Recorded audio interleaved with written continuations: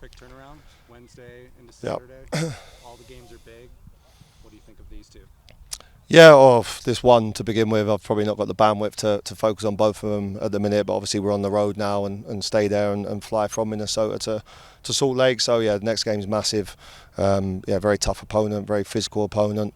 You see in all of their games a clear identity. I think we're going to have to be at our very best, both with the ball to impose our style of play, but also be at our very best physically and in terms of aggression.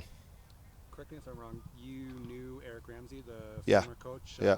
Did you pick his brain about No, Minnesota's yeah. side? No. I've not had a chance to speak to Eric, and knowing the type of character he is, I'm sure if I did, he certainly wouldn't give anything away either. So, no, we've got, not relying on anyone else's analysis or opinions. Obviously, I've watched them multiple times and tried to give the game plan to the guys today. But as I said, the main thing is going to be an extremely tough game against a very physical opponent.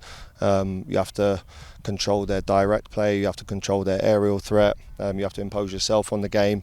And then inevitably, when you concede set plays, you have to be extremely strong. So that's been the focus of our work this morning. One such quiver or arrow in their quiver is former Rapid Anthony Marcanic. Great on set pieces, Yeah. left back. He's got a high goal count this year. What do you think of his performance, and how will you keep him from scoring? Yeah, I mean, I won't go into sort of the plan in terms of how we stop him or other individuals, but yeah, you can see why he plays for Minnesota. He has fantastic strengths. I think, like all of their players, I really admire their commitment to their identity. I admire their work ethic, their intensity in the duels, and then let's not forget they have extreme quality as well. Really enjoyed watching Pereira. In my sort of study of them, so he's a guy also that we're going to have to control and limit the impact he can have on the game. And of course, whether James is starting or coming off the bench, he has incredible world-class qualities as well. But the good news is, so do we. So we have to go there and play to our identity, put on the pitch some of the things or some of the feedback that we've given off the back of the St. Louis game. And again, I think you see with once we went down to 10 men, I was really, even watching it, my feeling at the time was it was really impressive, the mentality we've shown and the desire to get back into the game. And let's get it right, we weren't short of creating chances, we just missed chances on the day. So we have to bottle that mentality, that attacking intent, and we have to deliver that from the first whistle, 11 against 11. And then of course we have to a combination of our discipline to make sure it stays 11-11 and hopefully a better refereeing performance, and then we should be in a good spot. Understanding the struggles with the depth of the midfield right now, how are you kind of balancing looking at guys like Connor coming back from injury and then maybe trying to help limit his minutes and ease him back in while looking at some younger talents with not at as many minutes, kind of like the Ali Fadals? Yeah, it certainly is a difficult challenge. I think certainly when you're in a moment that we are, in terms of not necessarily performances, but in terms of results and the extreme desire the guys have to put a win on the board, is typically moments like that.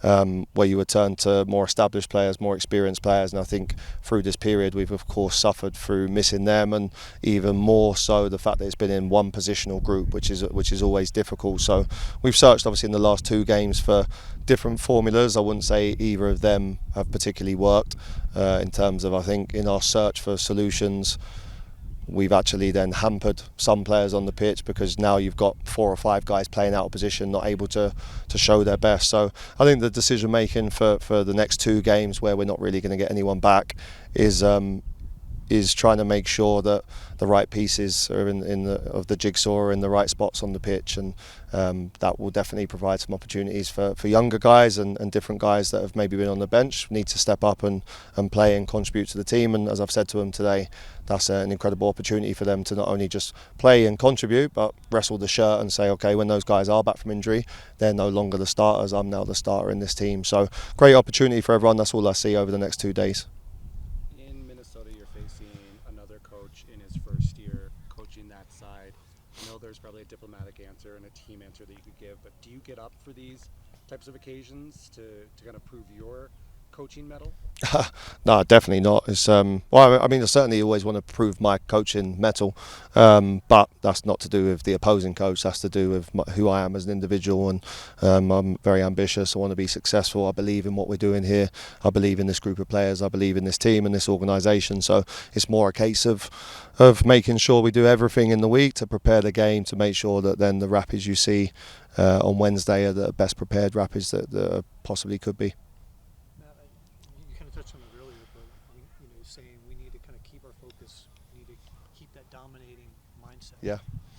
Does a week like this, where it's so bang, bang, bang, kind of help compartmentalize the guys and like, okay, we keep it here, and they don't tend to stray a little bit, or does that make it tougher, for you guys as a staff to really pinpoint game to game to game? No, I think it's good to.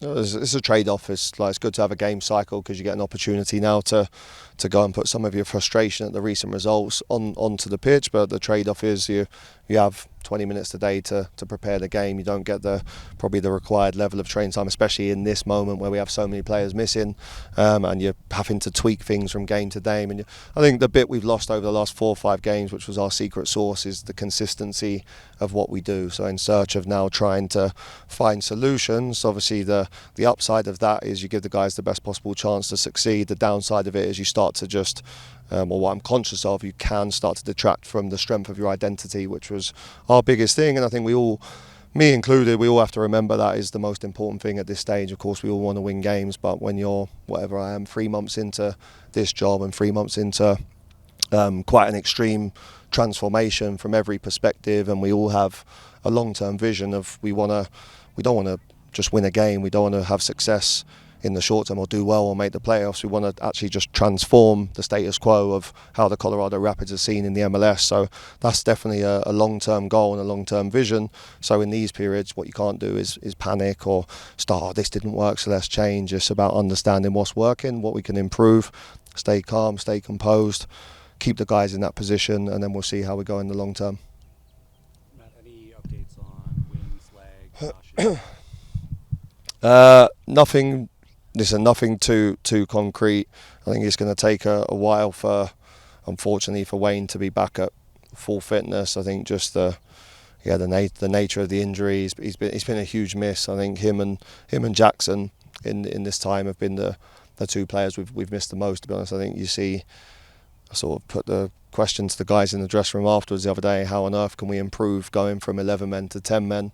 And then when I watched it back, I think there was no coincidence that it was because Jackson Travis was then sort of injected into the game, and he's got the mentality and the mindset that I'm trying to create here amongst every player, and he's got that, and as I've said before, it needs to be contagious. Other guys need to pick up on it pretty quickly because he's got that gung-ho mentality where he wants to attack. There's no disappointment in his game, there's no frustration in his game. He was far from perfect, he made a lot of mistakes. He was the guy that missed a huge chance at the end, but I'll take that all day long because he's also the guy that was there, and it doesn't surprise me one bit that he was the guy that was gambling at the back post, even though he's a left back. So I think we've really missed him. We've really missed Wayne's, again, youthful energy and physicality. So we need to get those guys back to full fitness. Is that going to be before the World Cup break? I'm not really sure. Connor, good for him to come on the other day. I think Connor's a guy that we miss because he's probably the one. In terms of the football we're trying to play, Connor's standout attribute is technical rhythm, tactical understanding. So he's a big part of what we do. We've missed him for such an extended period of time that you almost forget that. So it's great to have him back. Obviously, Ted we're probably not going to see until the very latter stages of this season, if at all. So he's also a big miss. And now you add to that Rob and Hamzat suspensions for this game. Josh Atencio was outside today, so we'll see. I've not had a chance to get a report as to how he felt today, and can we get him into the squad at least for this game, and then certainly for Saturday. So we need to try and recover some bodies, but unfortunately, when you're dealing with the medical side of things, you can't. I wish you could, but you can't rush these things because then you're going to be in a worse position where you come back and then players are missing even after the World Cup break. So the guys that are available. Me as the head coach, we have to find a formula in this next 10 days to be successful in every game that we play.